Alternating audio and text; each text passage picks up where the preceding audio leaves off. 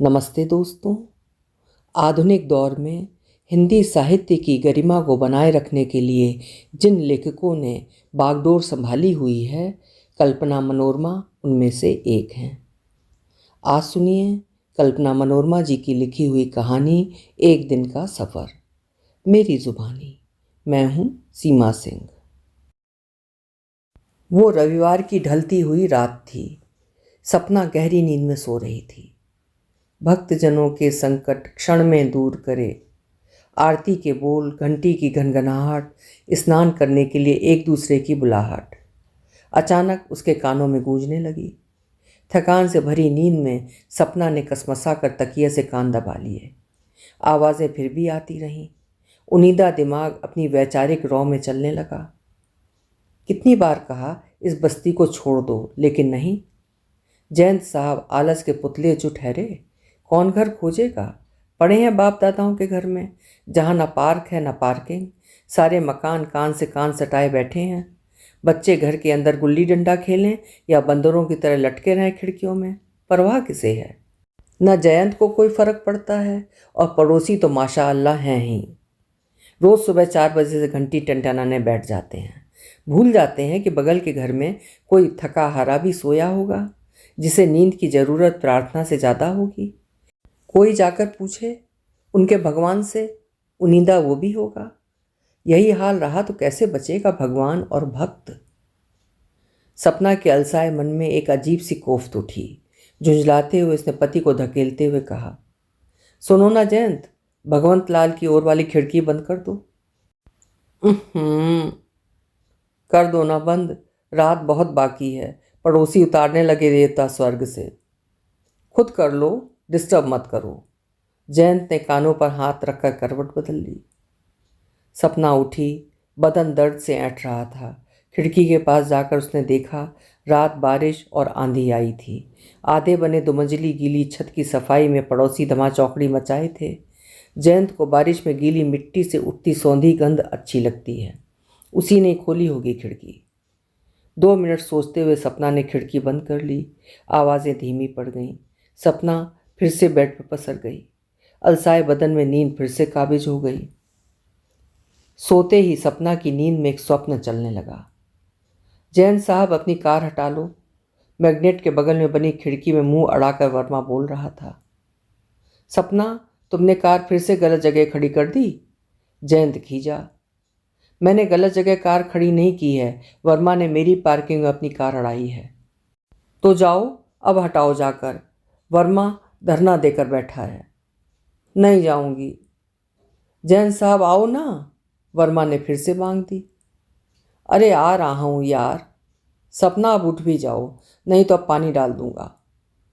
मैं बिल्कुल नहीं जाऊंगी। बस ये आदमी भी ना सुबह से कार नहलाने बैठ जाता है। तुम्हें क्या मतलब, उसकी गाड़ी जो करे।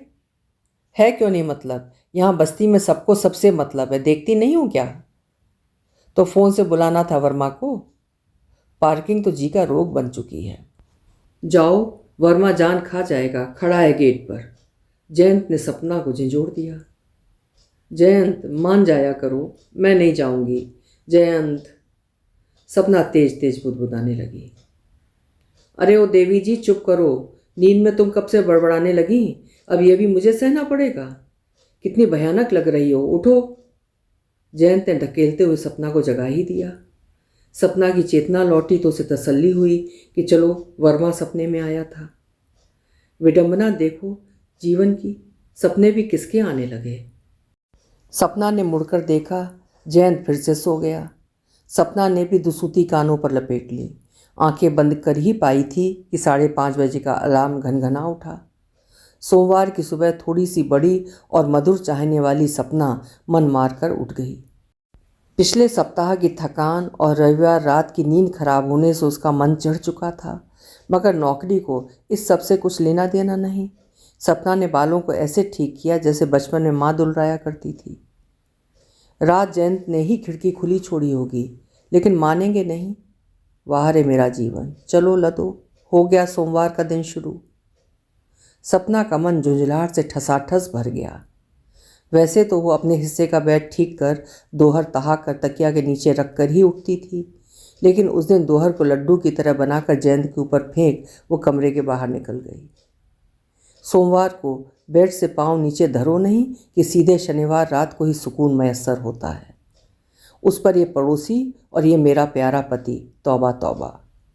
सपना ने जयंत के चेहरे को देखते हुए सोचा। मलाल की आंधी सी उमड़ पड़ी, मन धूल धूल हो उठा। जिसे बिस्तर पर ढेर रहना था, अधूरी फाइलों की कतर ब्योत में मन लग गया। बेसिन में जाकर पानी छपक छपक पहले मुंह धोया, फिर रसोई में जाकर दालचीनी की चाय चढ़ा दी। सपना बीमा कंपनी में काम करती है। ऑफिस की ज़रूरी चीज़ें जुटाने लगी। सोफे पर ही बैठ पाई थी, चाय पकने की महक आई। सपना सुबह की पहली चाय कॉफ़ी मग में पीती है, ज़्यादा सी। मग लेकर वो बालकनी की रेलिंग के पास खड़ी हो गई। सुबह की नरमाहट ने आदतन उसके मन को सुकून सौंपा। भवें तनी थीं, कुछ ढीली पड़ गईं। उसकी चाय खत्म होने ही वाली थी, दरवाजे की घंटी चीख उठी। निश्चित ही वर्मा ही होगा। सपना ने गेट खोला। सामने कमली हाउस हेल्प खड़ी थी।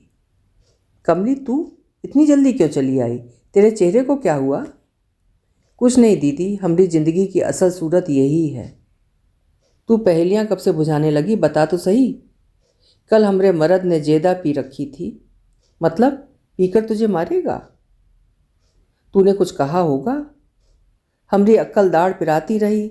अच्छा ये बताओ दीदी, मर्द हूँ हमरा तो दवा दारू वही तो करे का परी की नहीं? करना ही चाहिए। एक दूसरे की फिक्र नहीं करता है दीदी। दवाई गोली लाने को कहा, बस टूट पड़ा। अरे तो तू भी टूट पड़ती। वो मर्द है दीदी, ताकत है उसमें। तुझमें ताकत नहीं, तू स्त्री है इसलिए मार खाती रहेगी। कमली आंसू पोंछने लगी। हक से रहा कर और रोया धोया मत कर। तू खुद चली जाती, ले आती दवा। दिन भर मरती हूँ दीदी, दुकान जाने का मन नहीं किया। मुझे बता देती, दर्द की गोलियाँ हमेशा रहती हैं मेरे पास। ना ही जानत रही। चल अब काम कर। सुन, ऑफिस के मेरे डिब्बे में 2 रोटी, नींबू का अचार और एक बेसन का लड्डू ही पैक करना। बस, सब्जी नहीं ले जाओगी दीदी? कमली ने पूछा जरूर, मगर सपना कुछ बोली नहीं, तो वो भी किचन में जुट गई। तौलिया कंधे पर लिए सपना ने बच्चों की ओर रुख किया। दोनों सोए थे। अलसाए बच्चों को अलग सुबह जगाना तब भी पसंद नहीं था जब वे स्कूल जाते थे। अब तो दोनों बड़े हो चुके हैं। वो उल्टे पांव लौट आई। जयंत को जाकर देखा। जयंत ऑफिस के लिए 10 बजे जाता है। सो रहा था।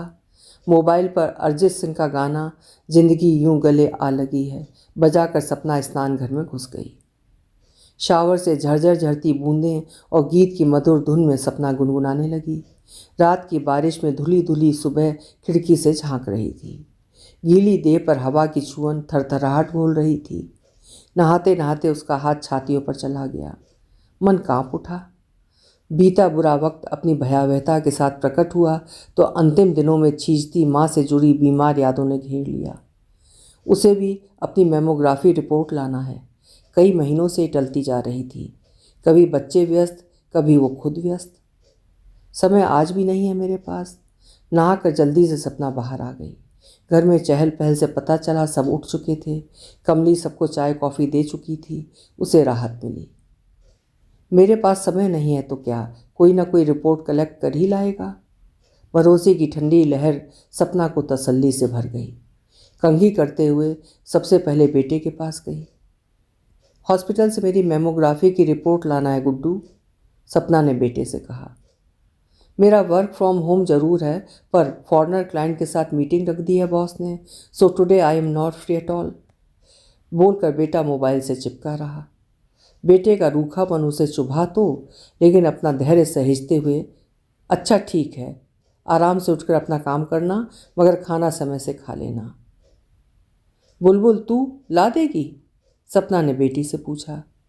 ओ मम्मा, आप ये क्या कह रही हैं? सुबह से शुभ शुभ बोलो यार, कुछ नहीं होगा आपको। मेरी रिपोर्ट लाना है बाबू। आज कॉलेज जाते वक्त या लौटते वक्त तू कलेक्ट कर लेना। अस्पताल तेरे कॉलेज के रास्ते में पड़ता है। 3 महीनों से ऊपर हुआ, लैब वाले कबाड़ समझकर फेंक देंगे। बात तो ठीक है मम्मा, मुझे इम्पॉर्टेंट असाइनमेंट सबमिट करना है। बाई मिस्टेक जमा करना भूलती जा रही थी। आखिरी डेट है आज। उसके बाद अनाहिता के बर्थडे में जाना है। समय से नहीं पहुंची तो देवी जी रूठ जाएंगी। बिलीव मी मम्मा, मैं बिल्कुल फ्री नहीं हूँ। Full day jam pack. Forgive me. Dad से बोलो ना, नहीं तो किसी और दिन पक्का ला दूंगी। बेटी ने शुगर कोटेड प्यार माँ पर उड़ेल दिया। अच्छा ठीक है, अपना असाइनमेंट ज़रूर जमा कर देना। अनाहिता को मेरी ओर से शुभाशीष कहना। Okay sure, love you, take care. Sapna को अपनों पर भरोसा था, प्रेम और सहारे की दरकार थी, नहीं मिला। यथार्थ की चरखी पर चढ़ी जिंदगी आगे बढ़ गई। सुनो जयंत, हमारे बच्चे तो बहुत व्यस्त हैं, मेरी रिपोर्ट ला सकोगे? रिपोर्ट ज़रूर आना चाहिए। एक काम करो, तुम खुद कलेक्ट करते हुए ऑफिस निकल जाओ, या फिर ऑफिस से लौटते हुए लेती आना। Today I am very much busy. अरे यार, मैं क्या करूं क्या नहीं सिखाओ मत, जो कह रही हूं उसे बोलो। बोला तो मेरे पास टाइम नहीं है, वैसे भी नींद पूरी नहीं हुई है, सुबह से खड़खड़ काट दी। और मेरी नींद?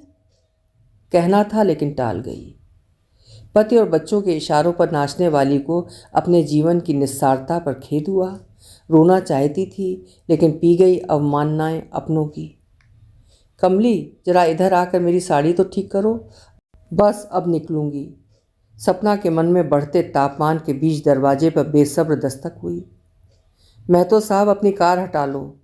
वर्मा की महीन आवाज़ गूंज उठी। जयंत, जाकर मेरी गाड़ी गली में निकाल दो, बस 10 मिनट में निकल ही रही हूँ। मेरी दाढ़ी में साबुन लगा है, ऐसे ही चला जाऊं? जा तो रही हो, निकाल लेना। कुछ क्षणों तक वो जिधर से जयंत की आवाज़ आई थी अजनबियों की तरह देखती रह गई। सांसें चढ़ गईं पर कुछ बोल ना सकी, मगर अंदर से जल भुन गई। क्यों उठती है अपनत्व की चाहत, साझेपन की तमन्ना, सबकी आंखों में अपने लिए चिंता का अरमान, किसी की परवाह में अपना सुकून। मेरे लिए दीदावर पैदा ही नहीं हुआ? क्यों तड़पती हूँ किसी का मन पाने को? जो नहीं मिल सकता उसकी सुलगती मांग क्यों उठती है? कनपटियों की आँच सपना की आंखों तक आने लगी। वो गाड़ी की चाबी और धूप का चश्मा खोज रही थी। वर्मा ने एक बार फिर से लंबी बेल दबा दी। कमली नाश्ता के लिए पुकारती रही, वो नहीं रुकी। रहने दे कमली, आज मम्मा ऑफिस में कर लेंगी नाश्ता, मैं उन्हें याद दिला दूंगी। बेटी की आवाज़ पता नहीं क्यों सपना को अच्छी नहीं लगी। वो अपने भीतर बिफर पड़ी। समझते क्या हैं ये लोग? बुद्धू हूँ क्या? लापरवाही समझ नहीं आती इनकी। जब ऑफिस में रहो तो इनकी चिंता, घर में रहो तो इनका कंफर्ट, ऑफिस में हर एडजस्टमेंट में इन्हीं सब के भविष्य की चिंता। इनकी अलमारियाँ संभालो, ओवर टाइम में ड्यूटियाँ करो, डस्टिंग, मॉपिंग, वॉशिंग। बाई यदि ठीक न करे तो 1-2 छुट्टी हंसते हंसते कुर्बान कर दो ताकि ये स्वस्थ रहें। इनको शॉपिंग कराओ जिसमें इन्हें खुशी मिले, पिघली पीतल की तरह इनके सांचों में ढलती जाओ। समझ क्या रखा है? सपना ने चश्मा पहना। दरवाजे पे खड़े वर्मा को पीछे छोड़ते हुए खट खट खट सीढ़ियाँ उतर गई। वर्मा पहले से जल्दी में था, सरपट पीछे हो लिया। एक बात बताएं भाई साहब, जहाँ आपने गाड़ी लगाई है वो मेरी पार्किंग है, या तो आप भी ध्यान रखा करें, नहीं तो सब्र करें। ऑफिस सबको जाना होता है, सिर्फ आप ही नहीं जाते दफ्तर। सुबह से दरवाजे पर धरना देना ठीक नहीं। वर्मा बोलने के लिए शब्दों को नाप तौल रहा था। सपना ने गाड़ी के शीशे चढ़ाए और पार्किंग से निकल गई। गाड़ी सड़क पर दौड़ने लगी। खिन्नता की पराकाष्ठा, उसकी आंखें भर आने लगीं, चश्मा धुंधला होने लगा। गाड़ी किनारे रोककर सपना ने आंखें पोंछी, फिर भी दृश्य धुंधले ही दिख रहे थे। धीमी ड्राइव करते हुए वो मेट्रो पार्किंग पहुंची, गाड़ी पार्क की। 5 मिनट पैदल रास्ता चलकर वो प्लेटफॉर्म पर पहुंच ही पाई थी। मेट्रो आकर रुकी। महिला कोच में उसे चढ़ना था, चढ़ गई। आहत मन, कभी ना खत्म होने वाली जीवन दौड़ और भागती दौड़ती शहर की स्त्रियां। मेट्रो ने भले सफ़र को आसान बना दिया, मगर जीवन कहाँ सरल हुआ? कहाँ कोई समझ पाया है स्त्री मन को? सीट के एक किनारे पर सपना बैठ गई। किताब आज भी उसके पास थी, पढ़ने का मन नहीं हुआ। वो चारों ओर देखने लगी, मेकअप में टिप टॉप, लक दक हंसते मुस्कुराते चेहरों को देखते हुए उसे अपने जबड़े कसे और सांसें भारी होने का एहसास हुआ। संतुलित करने के प्रयास में खिड़की के बाहर देखने लगी, जहाँ हर दृश्य अस्थिर लेकिन सहज था। पलटकर वो फिर से कोच में देखने लगी। जहाँ ज़्यादातर स्त्रियों के चेहरे से झड़ती हंसी उसे खोखली और उदास जान पड़ रही थी। उसे लगा हर स्त्री कुछ न कुछ अनकहा अपने कंधों पर लादे हुए सफ़र कर रही है। उसने एक पैर पर दूसरा पैर चढ़ा लिया, पैर के ऊपर दाहिने हाथ टिका, हथेली पर ठुड्डी रख ली। स्टेशन दर स्टेशन मेट्रो में चढ़ती स्त्रियों के रवैये को देख सपना उनके मन का आकलन करने लगी। आती जाती स्त्रियों में कोई इतने हल्के से मेट्रो में पांव रखती कि मानो उसका फर्श गंदा ना हो जाए, उसे धक्का न लग जाए। कोई मेट्रो से होड़ करती हुई सी जान पड़ती, कोई मेट्रो को ही कातर नज़र से देखती और सोचती दौड़ना ही किस्मत है, जब तक दौड़ती रहोगी चाही जाती रहोगी। कोई आभिजात्य का पुलिंदा लिए चढ़ती तो मेट्रो ही संकोच में आ जाती। सपना ने आंखें झपकाई और तब तक गाड़ी अगले स्टेशन पर जा खड़ी हुई। एक स्त्री आसमानी शिफॉन की साड़ी पहने चेहरे पर संजीदापन लिए चढ़ी और मेट्रो को ऐसे देखकर बैठ गई जैसे रेल रेल नहीं, उसकी अपनी सहेली के पास बैठी हो वो। सपना को कुछ ठीक सा लगा। एक वो ज़माना था जब ऑफिस तक स्त्रियों का पहुंचना मानो एक लड़ाई लड़ना था, जंग जीतना था, काम से पहले हारना जीतना था। पुरुषों के भद्दे इशारे, अपने शरीर पर उनकी लिजलिजी अभद्र छुअन और माथे पर नौकरी का दबाव। तौबा तौबा, खासी जद्दोजहद को पार करते हुए ये मुकाम हासिल हुआ हम स्त्रियों को। गुजरे वक्त के बाबत सपना ने भीगते हुए सोचा। वीतरागी में आंखें मूंद गईं। एसी की ठंडक पहली बार गालों, कानों, बाहों पर महसूस हुई। मेट्रो निर्धारित स्टेशनों पर रुकती और चलती रही। महिला आरक्षित डिब्बे में स्त्रियां आती जाती, बोलती बतियाती रहीं। अपने भीतर भभकते अवहेलना के ज्वालामुखी पर फॉरगिव माई सेल्फ का जल सपना भी छिड़कती रही। मन को शांति मिल भी जाती अगर महिला कोश में पल पल बदलते भदेश स्तरण प्रसंगों में वो कुछ अच्छा सुन पाती, कुछ अच्छा देख पाती, कुछ कह पाती। नए नए स्टेशनों पर चढ़ने वालियां नई नई। गाड़ी रोहिणी स्टेशन पर रुकी। अब की 4 भिखारिनें अपनी पोटलियों में जीवन लेकर चढ़ाईं। अपने अनुसार वे ज़मीन पर पसर गईं। खाली सीटें उन्हें टेढ़ती रहीं, लेकिन वे नहीं उठीं। दमकती नाकों ने महकते रुमाल खोजे, पाँव समेटे। लगा भिखारिनें नहीं, वे कुछ और ही थीं। अगला स्टेशन। चढ़ने वालियों में एक माँ, साथ में नाच दिखाकर पैसे की जुगाड़ करती 2 लड़कियां चढ़ीं। कई सोफिस्टिकेटेड स्त्रीण आंखें टिक गईं बच्चियों की अध उगी छातियों, कूल्हों, नितंबों पर। हद है, सामान्य होने की चाहत में अधिक असामान्य होती सपना नाटकीय दृश्यों में खोने लगी। हर ओर आवाज़ों का बाजार, शिकायतें, खिल्ली उड़ाने के नए नए अंदाज के बीच मरियल निरीह आवाज़ें। बॉस की रंगीन मिजाजी में फंसी मित्र की हंसी उड़ाती लड़कियां, बॉयफ्रेंड से पैसे ऐंठ कर सबक सिखाती युवतियां, बेवफा पत्नियों की पत्नियों के ससकते किस्से, बच्चों को पाठ रटवाती माएँ, चेहरे से बेबसी लाचारी टपकती हाउसवाइफ, ग्लानि और बेरंग धब्बों में लिसे पुते चेहरे लिए काम वाली बाइयाँ। सब एक जगह, सब सफ़र के मध्य बिंदु के इर्द गिर्द घिसटती हुई। कैसी सी है ये दुनिया। जब जब लगा कि मैंने इसे पूरा नहीं तो थोड़ा तो समझ ही लिया है, ये पूरी 90 डिग्री पर घूम कर बैठ जाती। सपना को लगा कोई बिना धारदार चाकू लिए धीरे धीरे छील रहा है उसे। किसी लड़के को बॉयफ्रेंड का तमगा देकर ठगना, सीधे साधे लड़कों की जड़ों में नमक डालना, अपने जैसी दिखने वालियों का मजाक उड़ाना।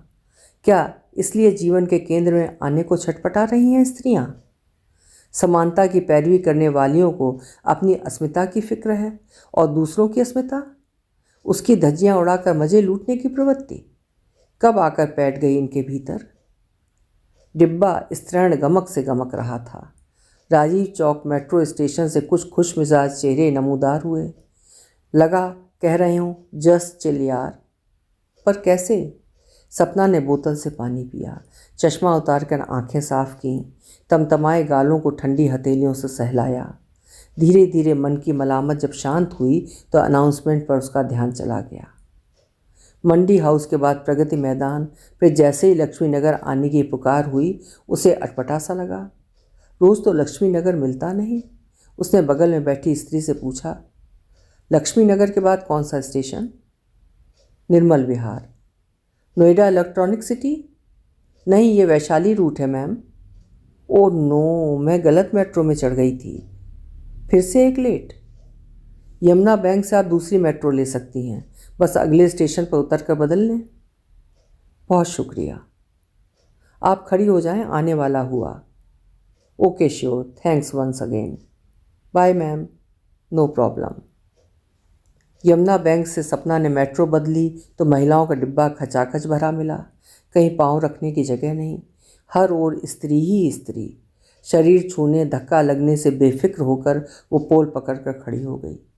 सुंदर स्त्रियां, कम सुंदर स्त्रियां, पढ़ी स्त्रियां, गोरी स्त्रियां, सांवली स्त्रियां, कम पढ़ी स्त्रियां, शहर की स्त्रियां, गांव की स्त्रियां, दिल्ली की स्त्रियां, विदेशी स्त्रियां, सब स्वतंत्र, सब स्वावलंबी, सब निर्द्वंद, सब आत्मनिर्भर।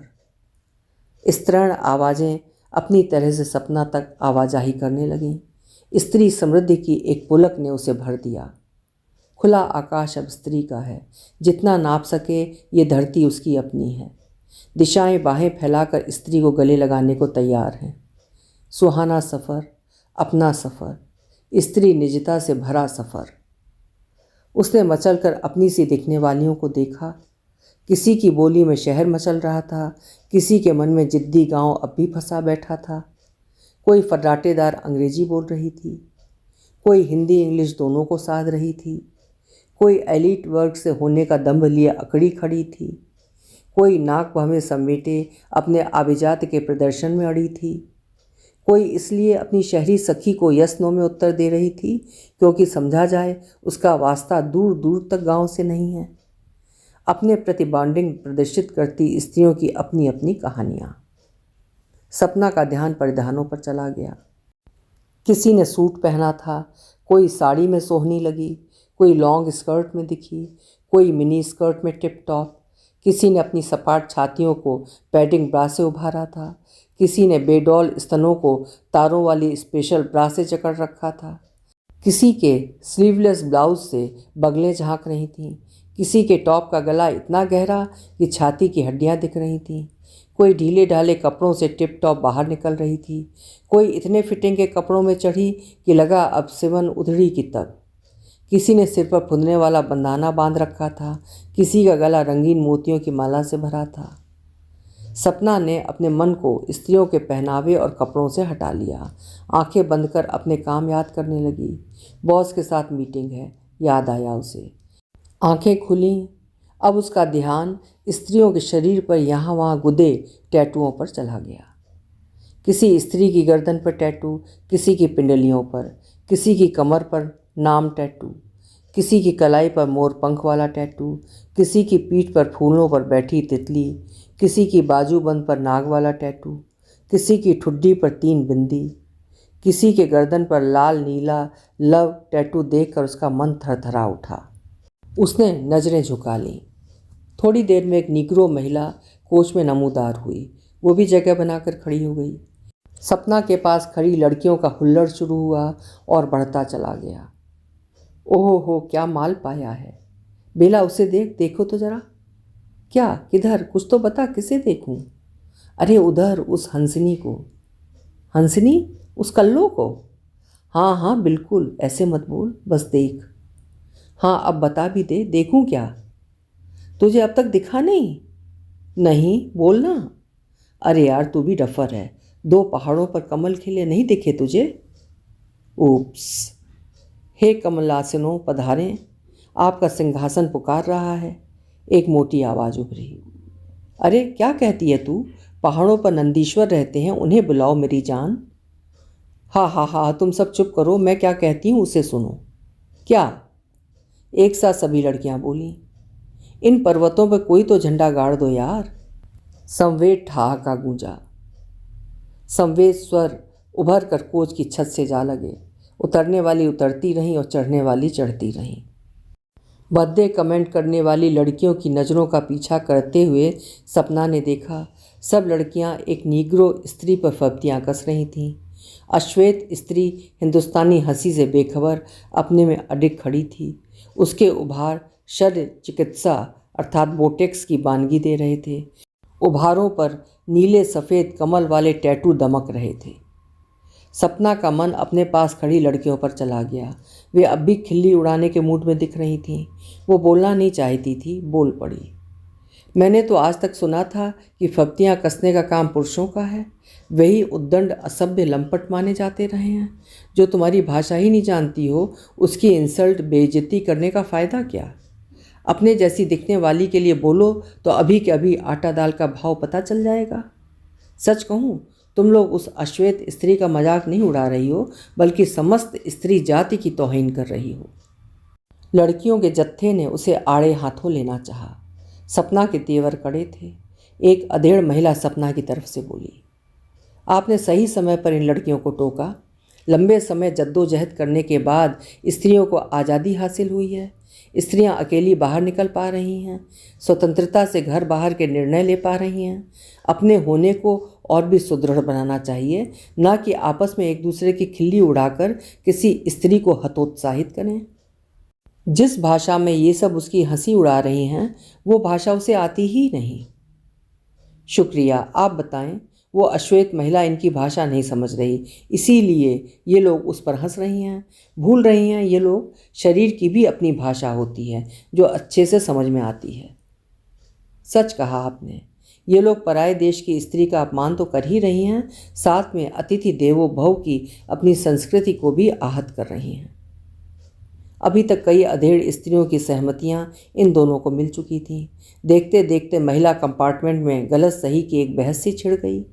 2 पारियों में स्त्रियां बट गईं। सपना की ओर कुछ युवा लड़कियां थीं। सपना को इसका संबल था।